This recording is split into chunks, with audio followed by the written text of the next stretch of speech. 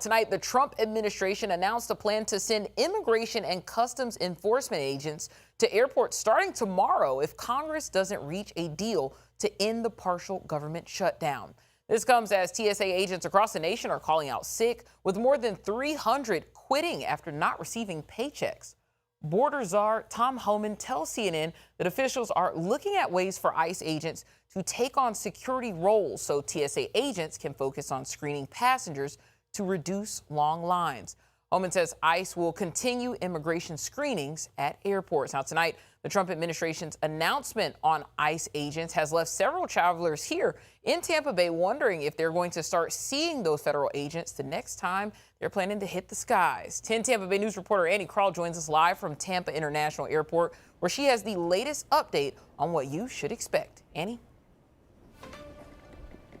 Miranda, we've reached out to all three of the largest airports in our area, and so much this is still unclear. What we do know is from Tampa International officials, they tell us they are not sure what the staffing changes are actually going to look like, but of course there might be some changes heading into this week and more information certainly coming forward. Now, we also spoke with Sarasota and their airport down there. We were able to hear from them. They say they are not anticipating seeing any impact at all when it comes to staffing procedures. They tell us that's because SRQ is one of 20 airports participating in the TSA screening partnership program. That means screening teams there are employed by a private contracted company, not TSA. So workers are still being paid and ICE agents are not required to fill any of the roles. Now, the St. Pete Clearwater International Airport also told us they are not sure what the changes are going to look like. Their changes might be similar. There might be no staffing changes moving forward in terms of what we're actually going to see. Of course, at St. Pete, a similarly small airport, not necessarily as big as what we're seeing at Tampa International Airport. But besides that, there doesn't seem to be any kind of changes moving forward.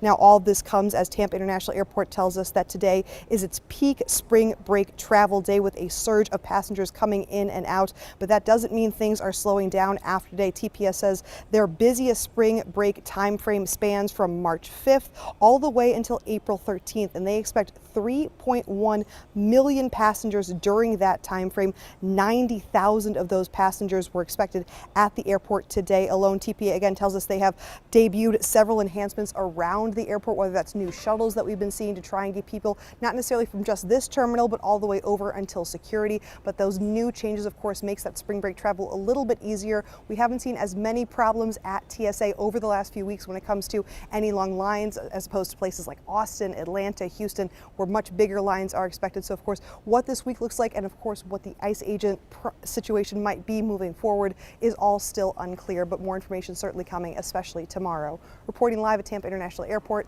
Annie Krall, 10 Tampa Bay News.